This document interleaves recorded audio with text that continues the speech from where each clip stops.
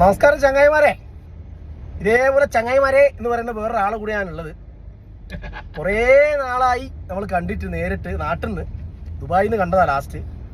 അപ്പോൾ ഞാൻ പുള്ളിക്കാരനെ കാണാൻ വേണ്ടി രാവിലെ വന്ദേ ഭാരതിൽ കയറി അവിടുന്ന് നേരെ കോഴിക്കോട് ഇറങ്ങാൻ പറഞ്ഞ് കോഴിക്കോട് ഇറങ്ങി. അവിടെ നിന്ന് നോക്കുമ്പോൾ പാലക്കാട് ബസ് കയറിയിട്ട് പെരിന്തൽമണ്ണയിൽ ഇറങ്ങാൻ വേണ്ടി പറഞ്ഞ് അങ്ങനെ അതേപോലെ KSRTC ബസ് സ്റ്റാൻഡിൽ പോയിട്ട് ഒരു ബസ് കയറി. ഇപ്പോൾ ആളെടുത്തെത്തി, ആളുടെ വണ്ടിയിൽ കയറി ഞാൻ ആളെ കാണിക്കാം.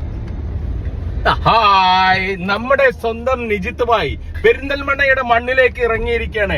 എന്റെ സ്വന്തം ചങ്ക് മൊയ്നൂസ് വ്ലോഗിന്റെ തുടക്കം, മൊയ്നൂസ് വ്ലോഗിന്റെ താക്കോല് എന്ന് പറയാം, എംബ്ലണ്ടാക്കി തന്ന. അത് മാത്രമല്ല കേട്ടാ, അതിനു മുമ്പേ ഞങ്ങൾ ഭയങ്കര ചങ്ക് ബഡീസാണ്.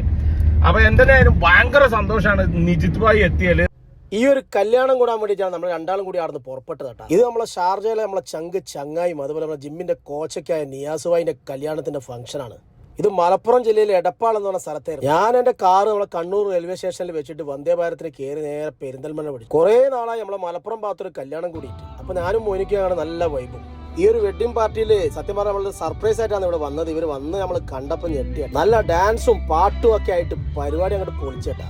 നമുക്ക് അടുപ്പുള്ള നമ്മളെ സുഹൃത്തുക്കളെടുത്ത് നമ്മൾ പറയാണ്ട് അവരുടെ വിശേഷ സമയത്ത് അവിടെ എത്തിക്കഴിഞ്ഞാൽ കിട്ടുന്ന ഒരു സന്തോഷം വേറെ തന്നെയാണ്. കുറേ നാളത്തെ ഒരു ആഗ്രഹമായിരുന്നു നമ്മളെ മലപ്പുറത്തുള്ള ഒരു കല്യാണം, അവിടുത്തെ നല്ലൊരു കോഴി ബിരിയാണിയൊക്കെ കഴിച്ചിട്ട് വരണം എന്നുള്ളത്. അതെന്തായാലും സാധിച്ചു. ഒരു വിവാഹ ചടങ്ങിലൊക്കെ പങ്കെടുക്കുന്ന പറഞ്ഞാൽ വലിയൊരു ഭാഗ്യം നട്ടാ. ഒരുപാട് ആൾക്കാരെ കാണാനും അവരോട് സംസാരിക്കാനൊക്കെ സാധിക്കുമല്ലോ.